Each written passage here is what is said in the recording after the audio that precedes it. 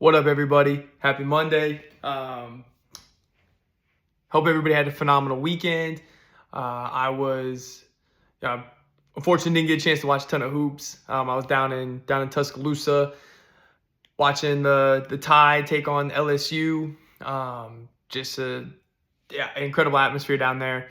One of the best ones that I've been around. The SEC just does football completely different. But yeah, nonetheless, awesome time. Got a chance to peek in on a couple games.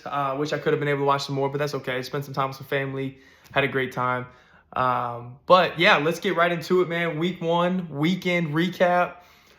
Just want to talk through a few games that I was able to either A, listen into, B, check in or tune into. I want to talk through some early season, some weekend or some week 2 matchups coming up here. There's some amazing games coming up this week, especially on Tuesday. And then want to talk through Jonny's buckets over the weekend. Got 5 guys that just went above and beyond for their squads. I just want to be able to talk through those dudes, give those guys their flowers, recognize their game. So yeah, let's dive right on into it. First game I want to start out with, of course, game of the weekend, in my opinion, Alabama versus St. John's.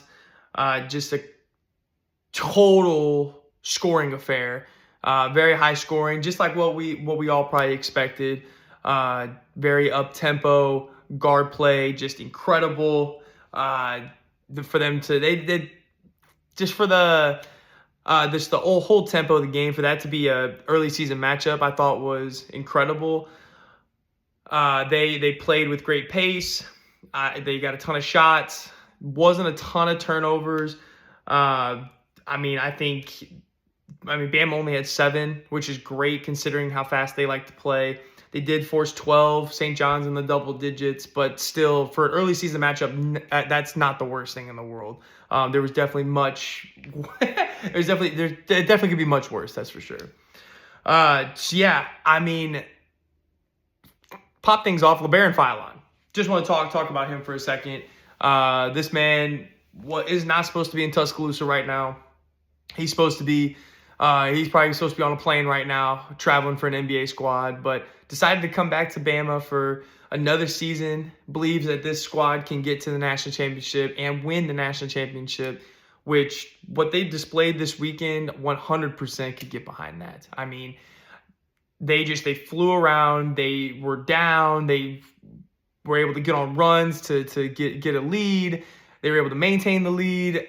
It was a masterclass of what they put on. I mean, 100 plus points on St. John, number 5 team in the country, is very impressive. So LeBaron Philon, just incredible work. And then Aiden Holloway, I thought he did a great job being able to step up to the plate. I talked about in a previous video of these 2 guys stepping up, more specifically Philon, but these 2 dudes being the head honchos and the drivers of this team. That's going to be the key to their success going on throughout this year. Again, I'll continue to harp on it all year, but I'm a huge believer in great guard play wins in the tournament, SEC tournament and NCAA tournament. You got to have great guards that can make shots down the line, make free throws, take care of the ball, and these 2 dudes did that. So they had 46 between the 2 of them. I mean, just impressive work by these guys, especially with how St. John's has hit the portal with their guards, being able to take on Ian Jackson and Dylan Wright and all those guys. So great work to Aiden Holloway and LeBaron Philon. I was very impressed. And honestly, I kind of just want to go on the record. I just want to say I think Philon is going to be SEC Player of the Year. I know there's talk. You got Carter Knox. You got Otiga Owe. A couple of these freshmen. But I think he's going to be the SEC Player of the Year. I love the kid, man. He does everything so well. Smooth. He plays with confidence. I'm a big fan of this kid, and Nate Oates is going to continue to bring out the best in him. That's for sure. EGO4, St. John's on pivot real quick. EGO4, their big guy. I believe he was preseason player, Big East Player of the Year. He played like it, that's for sure. If there's one question mark about Bama, it's their bigs. I'm not 100% sold on their big men. They were able to play a lot of small ball, keep that tempo going, which worked really, really well for them. But in my opinion, in college hoops, I don't think you can do that throughout the entire year. That's going to work every once in a while, but I think you got to have a presence inside, and that might be what they're kind of missing throughout this year. It showed against St. John's. Ejiofor, he played like the Big East Player of the Year. He had 27 and 10, just absolute rock star. He's able to space the floor, which I didn't know he had in him. I was impressed with him being able to step out and shoot the three ball. The guy runs, he plays hard. I was impressed with him. So hopefully he keeps that going. And I mean, St. John's is in a good spot. You lose to probably a top 10 team at home is kind of tough, but you had a great matchup. You scored 96, 95 plus. I mean, you can't ask for really much more other than starting to get some stops. Got to be able to get stops, that's for sure. I love what Pitino said about about his team not playing any defense and thinking that that was the worst defense he had seen, and they let somebody take over whatever it was in New York. I mean, just hilarious stuff by Pitino. So he'll get those guys right. Just give him some time. He'll rip them. He'll rip a new one. I'm sure he already has. They're probably getting right. They're probably getting right now at practice, but they got to show up the defense. Or I'm sure UConn was watching that game, or they were able to watch that film and were chomping at the bits to get St. John's soon. So they'll get it short up. I'm not worried about that. They've got a couple get right games to figure it out. They've got William and Marion Bucknell, two teams that they should take care of. I would imagine Pitino's probably going to run the score up, and they're probably going to win by 60. But they got an interesting matchup against Iowa State, a team that's typically known for the defense. Out of the Big 12 here, they're playing in Vegas on the 24th, I believe. Let me check my notes. Yeah, the 24th in Vegas. So a neutral site game. I think that's going to be a fun matchup. It's going to be a little bit different than what St. John's is going to be used to seeing throughout the year, especially in conference play. But nonetheless, another big-time early season matchup, which we're seeing a ton of, and I am just all for that. Getting your team ready for conference play, going to play in these hostile environments, playing these big-time matchups, shoring up that resume for the tournament. I think that is incredible. I think teams need to continue to do this. Now, granted, yes, you still have to have your home games. Absolutely, totally understand that. Your bye games, you got to just be able to get wins. You can't just beat yourself up in non-con. But I love what they're doing with scheduling more big-time matchups early in the season. I think that's great. Alabama, on the other hand, they don't have room to breathe at this point. They've got an absolute gauntlet. I talked about it earlier. I talked about it in the previous episode, but they've got Purdue, number 2 team in the country. You got Illinois, a top 15 team in the country, and then you got Gonzaga against OU, I think, prove that they are back. I don't really know if they really left. I just don't think that they lived up to their extremely high expectations. But Mark Few seems like he's really got something going up in Spokane, and Bama they're going through it. They're going to go through it this first part of the season, but again, I think it's going to really pay dividends later on down the line. So, be interesting to see Bama over this next few weeks here. Next up, want to dive into we're gonna head up to East Lansing, talk through Arkansas versus Michigan State. Cal and Izzo, I believe they're 3-3 against each other now. Cal was up 3-2, of course. Michigan State being able to get it done, 69-66, beating Arkansas at home. So start with Arkansas. These are my guys.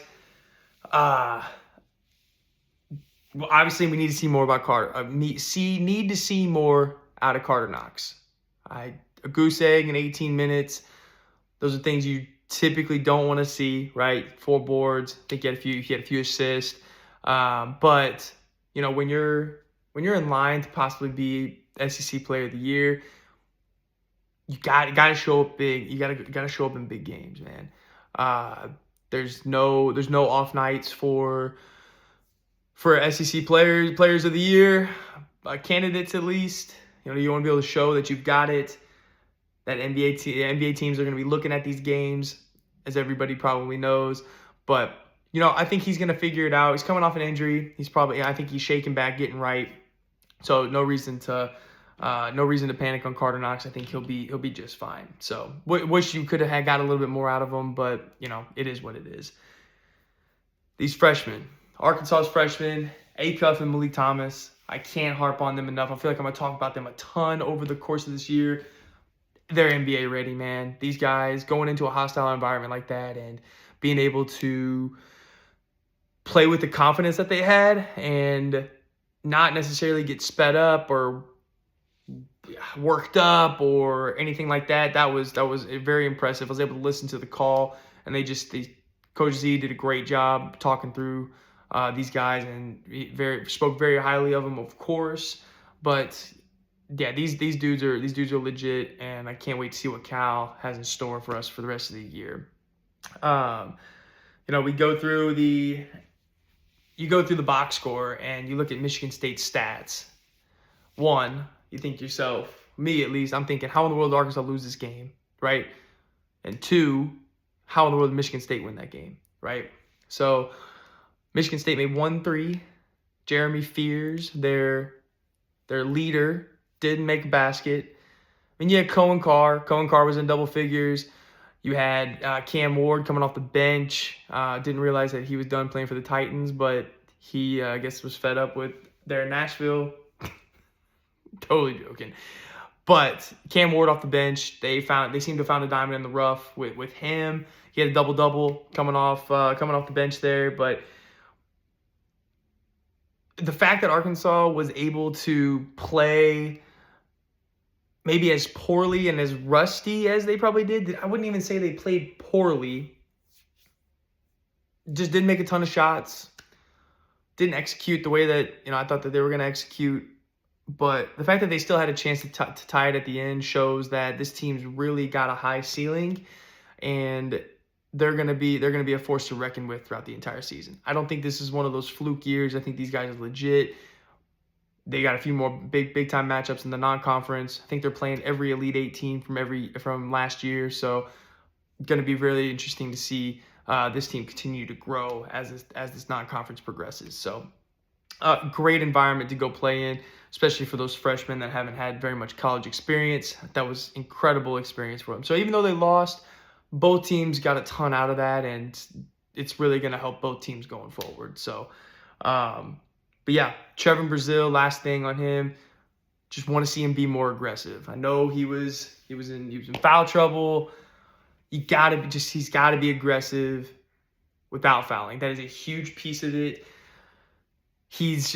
When he starts to play timid, that's not his game. When he's just not thinking, flying around, blocking shots, hitting threes, dunking the ball out in transition, that's his thing. And when he starts to get in foul trouble, he just starts playing so timid. And I would love to see him kind of get away from that. Obviously, got to shore up the fouls, but when he's playing aggressive, this man he's a tough stop. So they'll figure it out. It's game 2. There's nothing to overreact about. There's plenty of ball left. That's absolutely for certain. Now let's shift gears to Michigan State. Let's talk about that. Cohen Carr, he looks to be stepping up to be Michigan's next great guard with 15.7 boards. Excellent work by him. This dude, if you haven't seen his highlights, this guy can just completely jump out of the gym. I mean, just athletic freak. This guy he's so fun to watch. I mean, baggy t-shirt. Guy looks like he's just been picked up at an LA Fitness, just shows up and he drops dang near a double-double and is just jamming everything. Just a freak athlete, which, speaking of, I mean, the Dominic Wilkins' son at Georgia, talk about a freak athlete. These two dudes, I would love to see them in a dunk contest. That would be incredible. Cam Ward off the bench, we already talked about, 18 and 10. Solid, very solid. But Izzo is just so tough at home. I think if this game's in Fayetteville, I think Arkansas probably walks away with a win there just because they're both just such great environments, and you can get a 5-point swing out of just playing at home. So it's that was a very fun matchup, and love seeing Michigan State with the whiteout and the students just going crazy. I mean, listening to it on the radio, it was hard to hear the commentators because crowd was just going so bonkers. But that's stuff that you just live for and you just want to see as a college basketball fan, is those environments. Just being there in person would have been incredible. But I'm sure we'll make it to a few games this year and be able to see some of this stuff in person and be able to share that with y'all. So last guy I wanted to touch on was Jeremy Fears. So Joliet, Illinois. Again, I mentioned earlier, watching him in high school, dude's a dog. And he impacts, I know he was 0 for 7, and people are going to look at it. I was looking at Twitter, and people are giving him some heat, saying he couldn't buy a basket, blah, blah, blah, he's broke, he can't do anything, blah, blah, blah. This dude impacts the game in so many different levels on defense. He's an energizer bunny.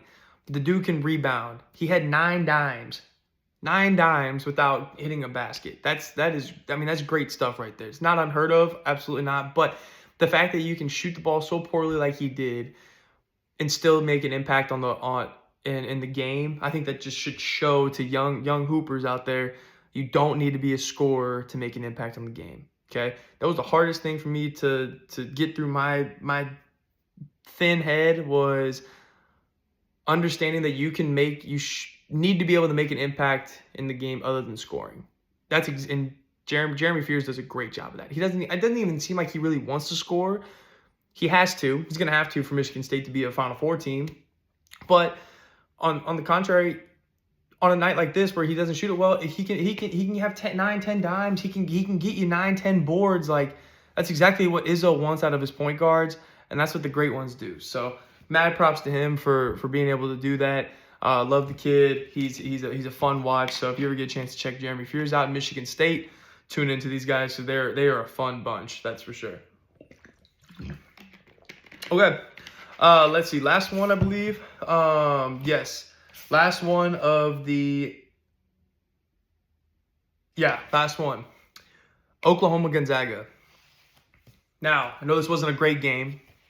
I just want to talk through Gonzaga. I think they're the real deal. I think Mark Few finally has his dudes. He's had them for a couple years. Graham, Ike, and Braden Huff. They've been there for a few years now. They're the vets.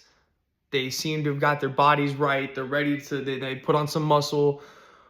They really developed their skills in the offseason. But these guys, they look hungry again. Gonzaga, it's one of those. They're one of those schools where you've never really taken them seriously over the last 10 years. At least I haven't, just from a strength of schedule perspective.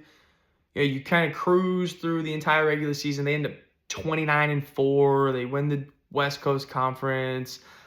All this stuff. Have all these accolades going into the tournament. They're a 1, a 2, or 3 seed, and they just can't seem to get over the top. But I feel a little different about this team. We're super early, of course. There's no reason to overreact, but I feel a little bit different about this team. I think Mark Few's hungry again. He got this team really playing with an edge. I mean, they just completely beat down OU.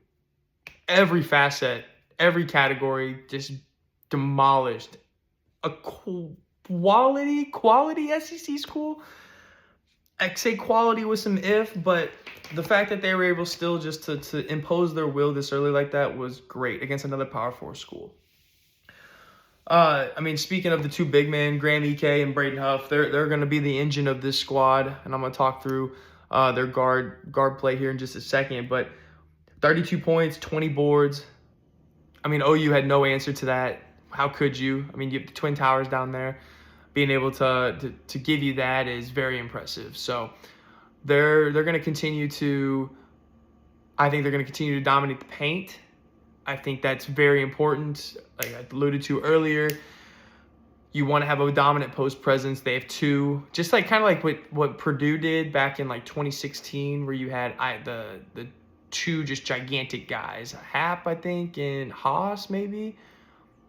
Can't remember their names. I'll have to get a fact check on that. But back in the day when Purdue had their two big guys, we were actually set to play them in the tournament. I think we would have had a good chance against them, but unfortunately lost to Butler in round one. But that's for another conversation. So that being said, they have the front court established. We all know their back court is what's going to really get them over the top. Adam Miller, he's been in, I think, to 19 different schools. I don't know if I want to call myself a believer with him still, but he can still be a guy that really impacts the game. He's athletic. He can score. He just doesn't really tend to find the right spots to be in to go put the ball in the basket, but nonetheless can still make an impact on the game. The guy that I'm really looking out for is the Grand Canyon transfer, Grant Foster. Tyen Grant Foster, Grand Canyon transfer from last year, so he's got tournament experience. Hooped for him. He averaged 20 points per game at Grand Canyon. The guy can fill it up. He's going to be the X factor for Gonzaga if they want to make a deep run in the tournament. Because again, great guards win in the tournament. Can't stress that enough. Great guards win in the tournament. So Adam Miller, need to see him be able to be a 8-10 points per game guy, play some defense. Grant Foster, need to be their one and really show them the ropes here. Be able to space the floor for your big guys and push the ball in transition. Get your big guys the ball on the block too. So Gonzaga again, I think the real deal. I think OU's legit. I think OU. I shouldn't say legit. I think OU's good. I think OU. That's a quality win right there for them. OU's no scrubs. They got a ton of transfers. They'll get it all. They'll get it figured out there. Poser, he'll get it rocking. They also, Gonzaga, huge matchup coming up against Creighton. I'll talk about that a little later on in the episode here. Again, everybody's scheduling these big-time non-conference matchups, and I think it's so great. So fun to be able to watch. But they got Creighton coming up. Gonzaga, I'm really looking forward to their Kentucky game. Play Kentucky here in about a month. The 5th of December. I think that'll be a great matchup to see where their guards are at. Where Adam Miller and Grant Foster, I see where these guys really stack up against some elite guard play. Otiga Owe, Denzel Aberdeen, the Chandler kid, being able to guard those guys, that's gonna be a real test and a real gut check to see where they're at. So we'll see. We'll see what happens on December 5th. They still got Creighton. Creighton's no joke. I think McDermott's got them rocking, and it's gonna be a fun non-con for these guys. So we'll keep following them. So my team of the weekend, outside of Bama, I wanted to pick Bama, but I've harped on them enough, I think. Yeah, Kentucky. I don't like saying it, but Kentucky. 6 guys in double figures against Valpo. Malachi Moreno. Saw him in high school. Came to Highland, Illinois for a shootout. 7-foot guy. I mean, he just dominated the game. Of course, it's high school. That's nothing. I think he's gonna be a really great role guy for Kentucky this year.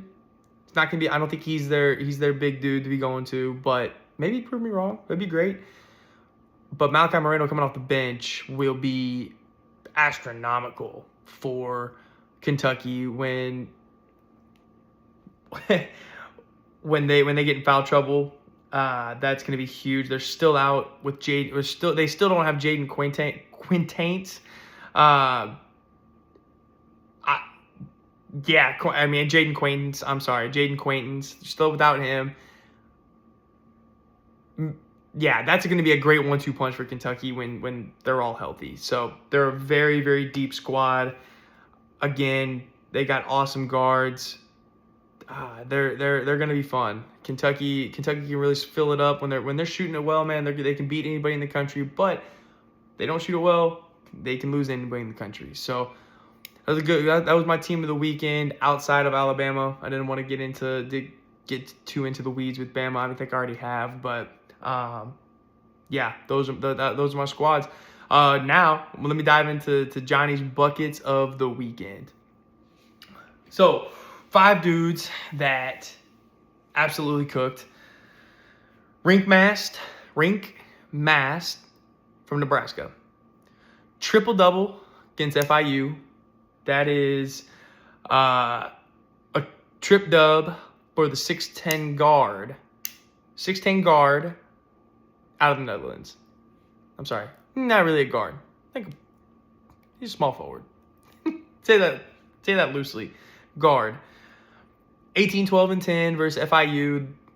I mean, yes, it's an inferior opponent, but some would argue that it's harder to get the triple doubles against the inferior opponents because 1, you're not playing as much.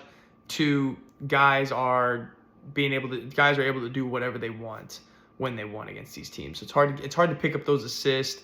People are making shots. It's hard to get boards. So you really got to get after it on the defensive glass, and that's exactly what he did. So he's transferred from Bradley. He averaged 12 and 7 for him last year. Great job. That's Nebraska. Maybe they do something in the Big Ten. The Big Ten is just so loaded that it's gonna be tough for them to move up in the rankings for me. So, but nonetheless, amazing performance by Mast. Triple doubles hard to come by in college. All right, number 2, Nicolas Avadales, Virginia Tech. The Greek man. This guy was supposed to go pro last year. Didn't hear back what he wanted to hear back from the NBA, from NBA scouts. Thought he was going to be about a second-round pick. Maybe he would have had to sign as a free agent. I mean, kid's young. Kid's 19. Over from Greece. He's played professionally now for, I think, 4 years. If I looked at that correctly, 4 years. He was a Greek Super Cup winner. Let me just read you some of these accolades he had. Greek Super Cup winner, 2021. Greek League and Most Improved Player last year in 2025. And 2-time Greek League Best Young Player. It's pretty good for a 19-year-old. Pretty good. He's 6'9 guard. It's a freshman. 33, 5, and 6 versus Providence in a decently sized matchup. Providence is no scrub. I mean, Big East hoops is always good. You almost consider them a power conference when it comes to hoops. But watching Nicolas's game, I put this on my Twitter, but he reminds me of Luka. I hate comparing dudes to primetime players like that, but the way he moves, his pace, how he's able to control the ball, get to his spots. He's able to he seems to be 2 steps ahead of the defense. I mean, there's a side step that he does where he's taking it in with his right hand. He puts it in his left shoulder. He pounds it with the right hand to the right foot. And then he does like a crossover with his legs. Side step, 18-footer, splash.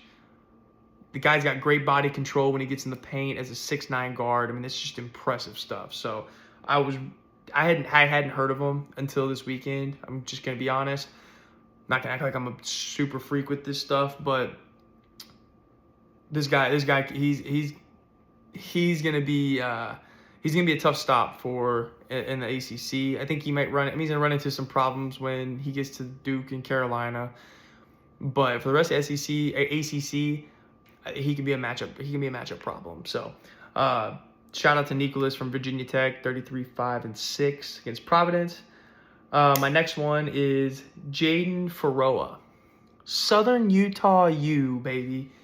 The Southern Utah University. 24 points, 10 boards. Guy had 8 blocks. Losing effort against Rio Grande Valley, but 8 blocks. He almost had a triple-double with points, rebounds, and blocks. I don't know the last time somebody's done that in college. I'll have to look that up. But he's leading the country. I know it's early, but he's leading the country in blocks, 5 a game.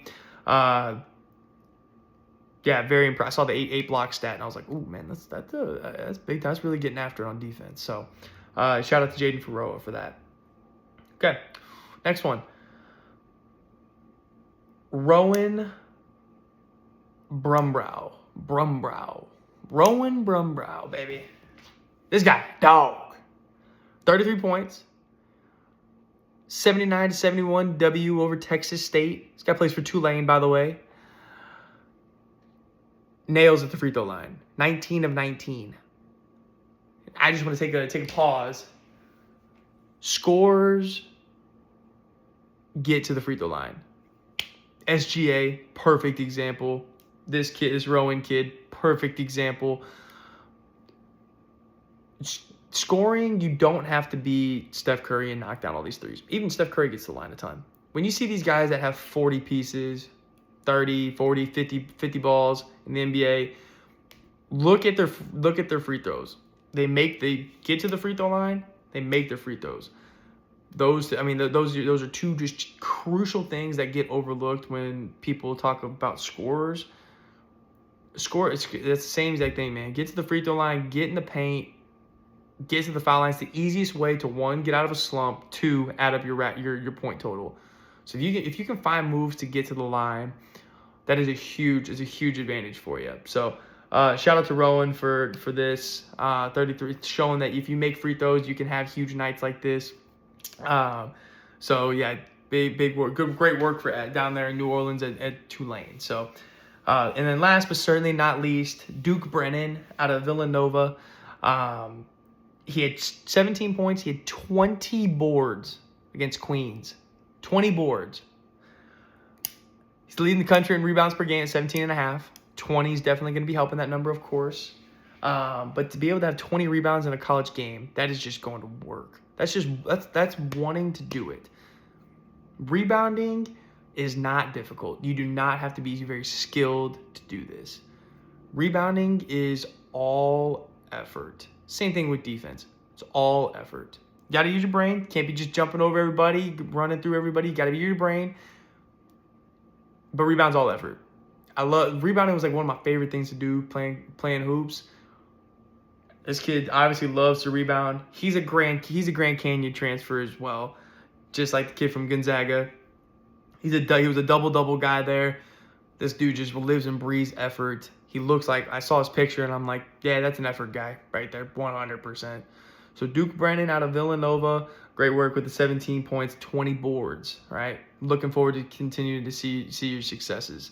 Great job, everybody. That's Johnny's week 1 buckets for the weekend.